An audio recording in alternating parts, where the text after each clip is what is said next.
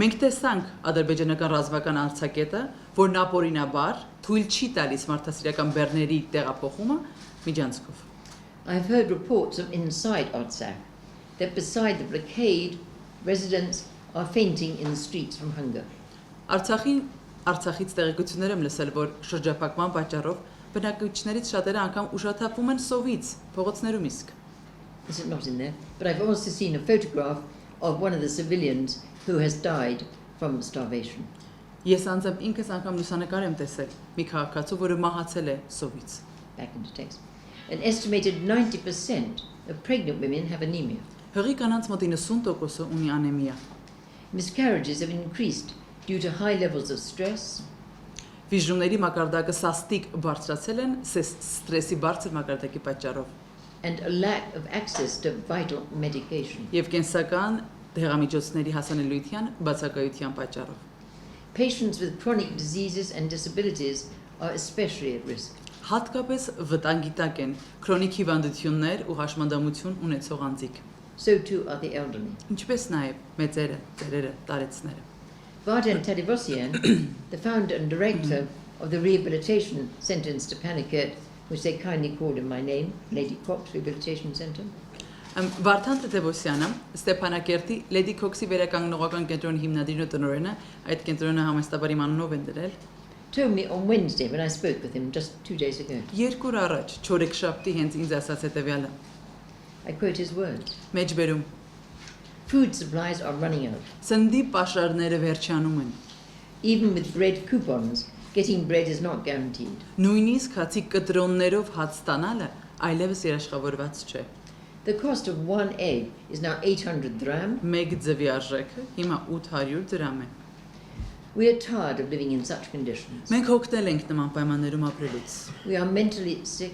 Մենք հոգեկան հիվանդ ենք դարձել։ We feel like we are in a prison. Զգում ենք կարծես բանտում լինենք։ Without knowing how long we're going to have to stay. Չիմանալով, թե որքան ժամանակ պետք է մնանք այստեղ։ That's the end of Vardan's quote, but I now quote from a young refugee who told me yesterday. Դա Վարդանի մեջբերման ավարտներ, իսկ այժմ մի երիտասարդ փախստականից երեկասած մեջբերում։ And I quote the refugee's words. Եվ իր խոսքերը։ My relatives are starving and fighting for their lives.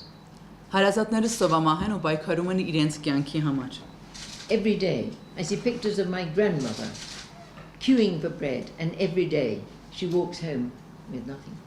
Ամեն օր տեսնում եմ տատիկիս հացի հերթագրված նկարները, հացի հերթ կանգնած, եւ ամեն օր նա այդ հերթից վերադառնում է տուն առանց որևէ բան ունենալու ձեռքին։ My brother has many allergies and my sister is diabetic, but they cannot get medicine. Եղբայրս ալերգիկ է, ալերգիա ունի, իսկ քույրս շաքարային դիաբետով հիվանդ է, բայց դեղորայք չեն կարողանում ձեռք բերել։ It breaks my heart into pieces. Սիրտս կտոր է լինում։ All I want is for the blockade to be lifted so we can be together. Միակ բանը, որ ուզում եմ, այս արգելափակումը ավարտվի, շրջափակումը վերջանա, որ մենք կարողանանք միասին լինել։ I and my colleagues could give you many quotations like that. Ես եւ իմ գործընկերները կարող ենք ձեզ բազմաթիվ այդպիսի մեջբերումներ տալ։ The indigenous Armenian Christian population of Artsakh now face the increasing possibility of ethnic and religious cleansing from their historic lands. Արցախի բնիկ հայ քրիստոնյա բնակչությունը կանգնած է իր պատմական հողերից, էթնիկ եւ կրոնական զտումների աճող հավանականության առջև։ And yet not one nation has responded to the requests, the pleas from the Armenian people. Եվ դեռ ոչ մեկ ազգ չի արձագանքել հայ ժողովրդի աղաղակներին։ Not the United Nations, not the OSCE, not the United States, its NATO alliance, not Russia, and the CSTO alliance. Ոչ ՄԱԿ-ը, ոչ ԵՀԿ-ն, ոչ ԱՄՆ-ն, ոչ էլ ՆԱՏՕ-ն, ոչ Ռուսաստանը եւ ոչ էլ Հապկի դաշինքը։ Not one nation has resisted Baku's territorial claims over Stepanakert.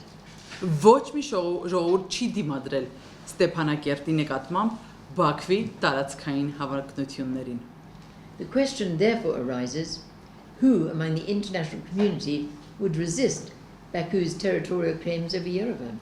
Հետևաբար հարց է առաջանում. Միջազգային հանրությունից ով դեպ կկանգնի, եթե Բաքուն տարածքային հավակնություններ ունենա Երևանի հանդեպ։ or Lake Sevan or Zangezur. Սևանալճի կամ Զանգեզուրի նկատմամբ։ Azerbaijan's political leadership has made no secret of their objectives to take, their strategic objective to seize your homeland.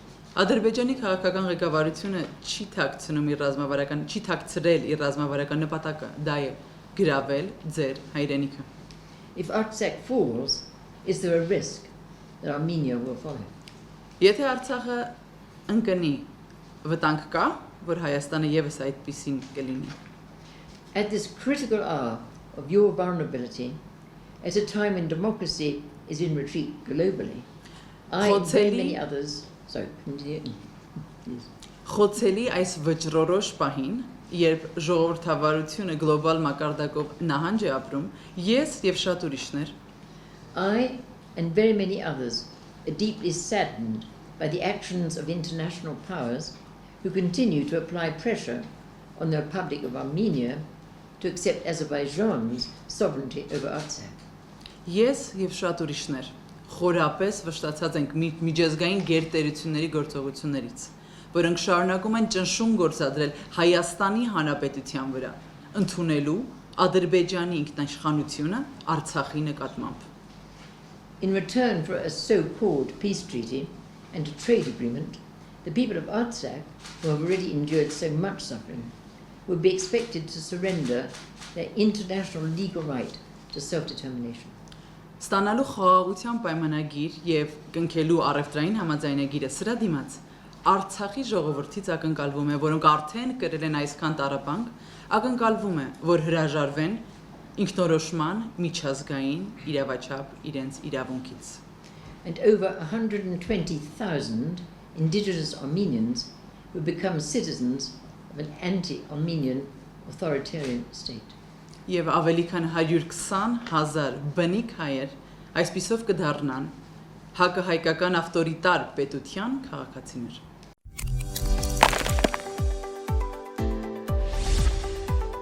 Որոնք են հղի կնոջ աշխատանքային իրավունքներն ու արտոնությունները։ Աշխատող կինը գործատուին ներկայացնում է տեղեկանք հղիության մասին։ Գործատուն իր նախաձեռնությամբ չի կարող կնոջն ազատել աշխատանքից, մինչև հղիության եւ ծննդաբերության արձակուրդի ավարտը գումարած 1 ամիս։ Հղի կնոջ եւ մինչև 1 տարեկան երեխա խնամող աշխատողի պահանջով կարող է սահմանվել ոչ լրիվ աշխատանքային օր կամ շաբաթ։ Անհրաժեշտության դեպքում հղի կինը կարող է բժշկական հետազոտություն անցնել աշխատանքի ժամին։ Արգելվում է հղի կնոջը պարտադրել մեկնել գործուղման, իրականացնել արտաժամյա աշխատանք, հերթապահություն, ներգրավել օրենսդրորեն սահմանված ծանր, առանձնապես վնասակար աշխատանքներում։ Վտանգավոր գործոնների վերացման հնարավորություն չունենալու դեպքում գործատուն պարտավոր է կնոջը նրա համաձայնությամբ փոխադրել այլ աշխատանքի կամ տրամադրել լրացուցիչ վճարովի արձակուրդ։ Աշխատող կանանց տրամադրվում է 140 օր արձակուրդ, որից 70-ը հղիության եւ 70-ը ծննդաբերության։